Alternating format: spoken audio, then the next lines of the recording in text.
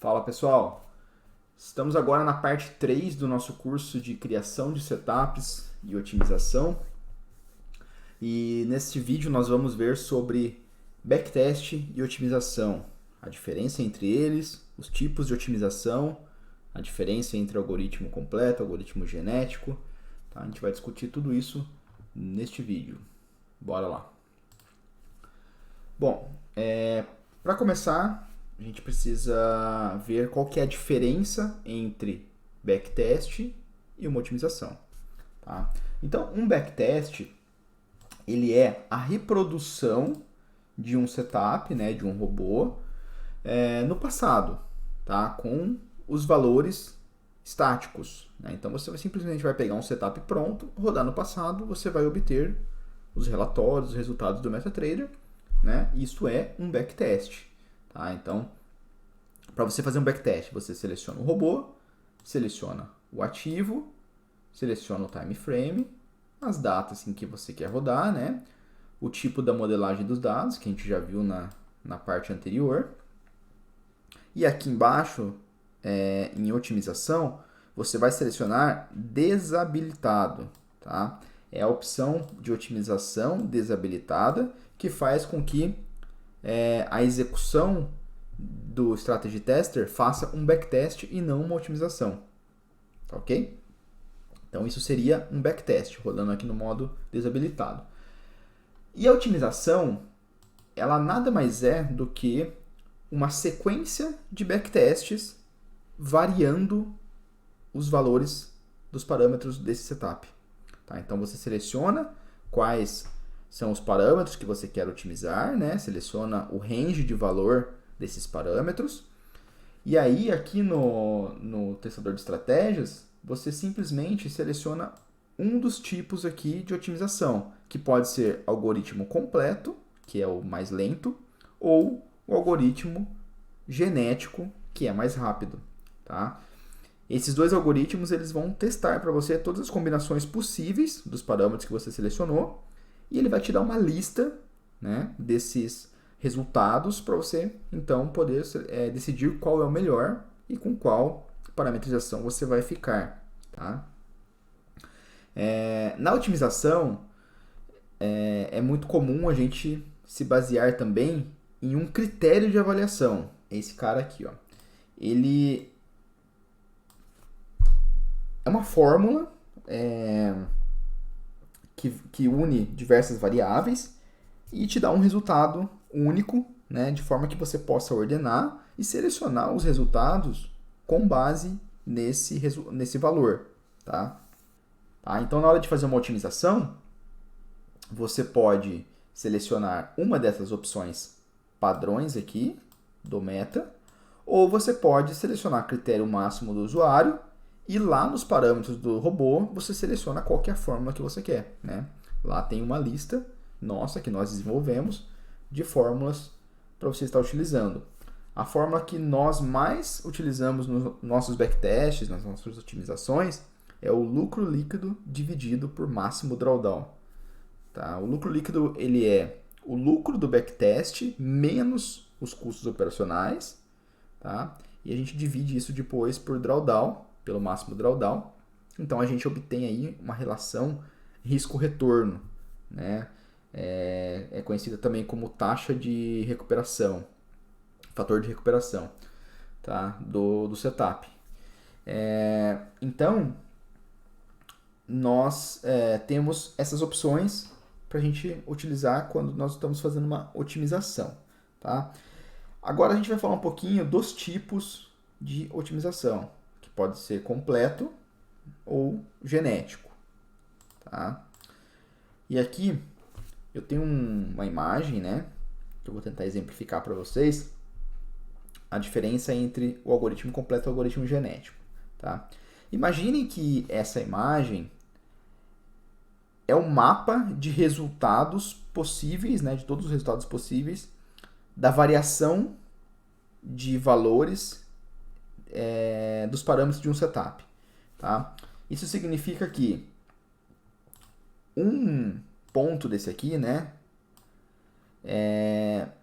ele é a combinação de alguns valores de alguns parâmetros do robô.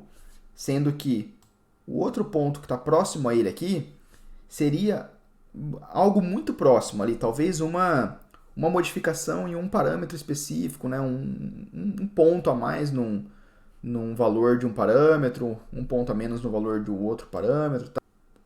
Tá? Então é basicamente um mapa ordenado, né, de todos os valores possíveis que podem ser combinados ali nas variáveis do robô, né, nos parâmetros do robô. Tá? Então aqui o nosso propósito é conseguir identificar qual que é o melhor conjunto de parâmetros para a gente rodar. Né? Ou seja, a gente vai otimizar um algoritmo para tentar identificar. Então, primeiramente, a gente precisa, para isso, né, identificar o que é bom aqui. Vamos definir como regra, né, aqui no exemplo, que quanto mais claro, melhor. Tá? Então, ou seja, os melhores resultados são esses daqui, né, que são aqui praticamente branco. Tá? Então, sendo que aqui também é ok, né, aqui também é ok, aqui também é ok. Tá? Então, quanto mais claro, melhor. Para isso, a gente precisa também de uma função de otimização. Tá? Vamos combinar que a nossa função de otimização ela está pronta para receber 3 variáveis, tá? E ela sempre vai devolver só uma variável, que é o resultado. Tá? Sempre ela vai devolver o resultado. Você pode colocar na função de avaliação quantas variáveis você quiser, né? Quantos parâmetros quiser, mas ela sempre vai devolver somente um número real, né? Que é o resultado do teste em si. Então, nesse caso aqui, a gente vai jogar para ela o RGB. Tá? Então, a gente joga o valor de R, o valor de G e o valor de B, né? Que é os 3 números que compõem uma cor. E então, ela tem lá o seu cálculo, a gente não precisa entrar nesse mérito aqui. E ela vai, essa função ela vai conseguir, então, ranquear essa cor. Né? Quanto mais branco, maior o número que vai sair aqui. Tá? Então, por exemplo, se a gente pegar aqui esse cara aqui e jogar ele na função de avaliação, ele vai retornar, por exemplo, 5. Tá? Porque ele é uma cor escura. Se nós pegarmos um outro resultado aqui, por exemplo, um amarelo, de repente ele vai retornar 10. Tá? E se a gente pegar um branco, ele vai retornar 20. Ou seja, quanto maior o resultado, melhor é o caso de teste que está sendo avaliado. Tá? Então, a função de avaliação ela vai nos ajudar nessa missão de encontrar qual que é o melhor resultado. Tá? Aqui nós estamos vendo, né, o mapa de resultados, mas, logicamente, quando você começa uma otimização, você não tem isso. Né? Aqui é só para exemplificar. Então, quando você vai fazer uma otimização, você tem 2 formas. Ou você vai para o algoritmo completo, que seria testar todos os casos, todas as variações de variáveis possíveis, né? Ou seja, a gente passaria um por um aqui. É praticamente uma força bruta. Tá? E aí, ao final, a gente teria uma lista com todos esses casos de testes, né? Com todos os resultados. Cada caso de teste tem o seu próprio resultado. A gente conseguiria, então, ordenar por resultado e pegar o maior valor, e nós chegaríamos nesses casos de teste aqui, que são os melhores. Tá? No topo da lista, provavelmente teria esses aqui, né? Que são brancos, e também seguido desses outros claros aqui. Então fica muito fácil da gente identificar qual que é o melhor. Porém, o algoritmo completo, o grande problema dele é o tempo. Né? Em algumas estratégias, nós temos centenas de parâmetros a serem otimizados e cada parâmetro dezenas e às vezes centenas de valores possíveis. E isso é exponencial.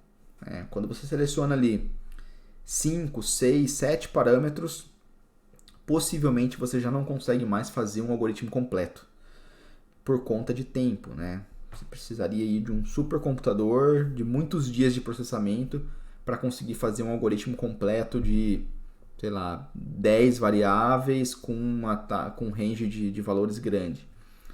Então acaba se tornando inviável. Né? A gente precisa partir para um algoritmo mais inteligente, onde ele não teste todos os casos, mas ele consiga nos levar para algo bem próximo dos melhores. Tá? E agora eu vou tentar explicar aqui para vocês um pouquinho de como é o algoritmo genético, que tem esse propósito. Tá? O algoritmo genético ele é um pouquinho complexo, ele se baseia na seleção natural, faz mutação. Tá? Então, eu vou falar de forma bem superficial e bem ilustrativa. Tá? Não é exatamente como ele faz, mas eu vou tentar chegar mais próximo possível para vocês conseguirem entender a ideia, né? E entender também quais são os pontos positivos e negativos do algoritmo genético. Tá? Então, basicamente, quando você seleciona as variáveis, né, ele já sabe quantos casos de testes possíveis seriam. Né?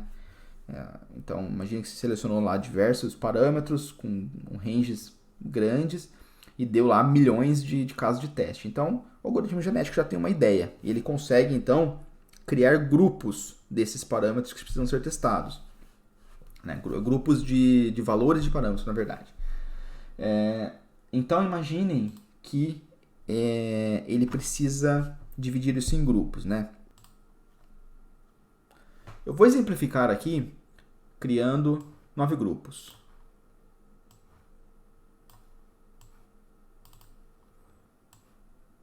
Tá? Depois que o algoritmo genético dividiu os testes em grupos, ele seleciona de forma aleatória alguns indivíduos dos grupos.